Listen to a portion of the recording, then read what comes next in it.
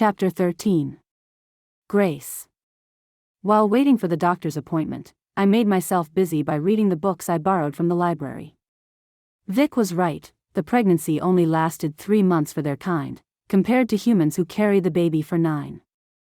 The rest of the information looks pretty much the same as a normal pregnancy would. In a couple of months, I will be able to hold my baby in my arms. Some days, I feel like Mom and I are cursed. She raised me by herself because my father was never around. Now, I am doing the same for my child. I looked at the time, and I still have enough to read a few chapters of the other book. The Wolf in Me. The title itself is interesting. It's not the usual book bought in the stores. This one is handwritten and looks very old. A. Black wrote it. Wow. Same last name as Ulrich. I felt a connection to the book, but I can't figure out why. I opened it and read that there are only 2 copies of this book. One is at High Crown in Montreal. Just how many packs are there in Canada? I will ask Vic later. There's the alpha, and what it's supposed to do. The strength and size are greater than the rest of the pack. Interesting. Then there's the beta, who is the second in command. When the alpha finds a mate, the woman is called Luna. The Luna is supposed to help run the pack and is given as much respect as the alpha. I think alpha and Luna are like king and queen in the normal world. I was so engrossed in reading that I didn't notice it was time until I heard a knock on the door. I heard Vic's voice. I closed the book and got up. The clinic was not the one inside the main house but the 2-story building down the road. It's not even that far, but Vic asked his driver to drive us there. It's not even a 3-minute drive. It's not far, I know. But with the snow, I don't want to risk you and the baby. One slip, and it would cost a great deal of suffering, he explained. No wonder he's an alpha. He thought about the possible consequences already before it took place. Thank you for always putting my safety first. I really appreciate it. He gave me a small smile, and when the car stopped, Vic got out and opened the door on my side. We entered the clinic, and I noticed it looked small from the outside, but it's actually very spacious inside. When a middle-aged woman came out to greet us, I figured she must be Dr. Ida Hayes. Good afternoon, Alpha, Miss Aspen. Victor acknowledged her. He must be an excellent alpha to gain this much respect from his pack. Like any group, some members don't always follow what the leader says, but not at Bronze Ridge. So far, the members I saw today were respectful, and by this afternoon, they seemed to know my arrival and what I do moving forward.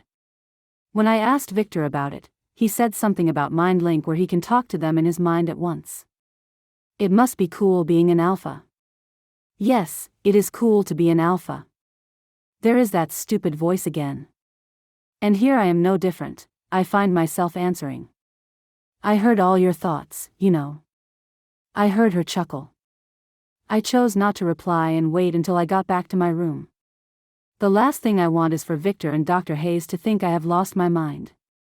Good afternoon, Dr. Hayes, I said to her. She smiled at me and looked at my belly. How far along are you? I blushed. Honestly, I would say 4 weeks or so, but when Victor explained to me a little about how it works with this kind of pregnancy, I'm lost. I read a book today, and besides the time and smell, it seems to me like it's the same as I normally would carry a baby. Dr. Hayes smiled with her eyes. Don't worry, I understand.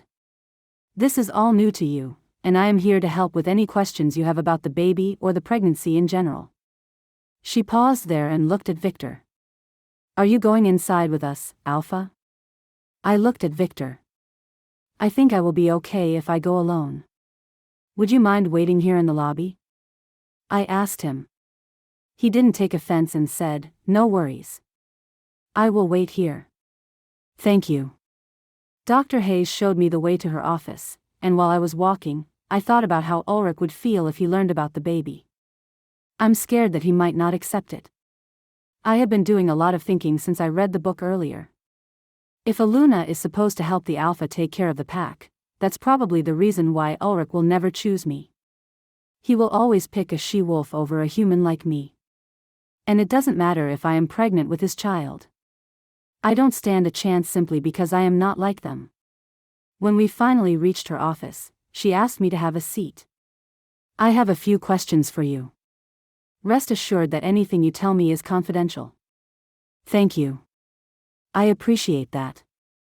Dr. Hayes asked the usual questions a doctor would, like my full name and what I want to be called, age, birthday, next of kin, and any medical history I am aware of.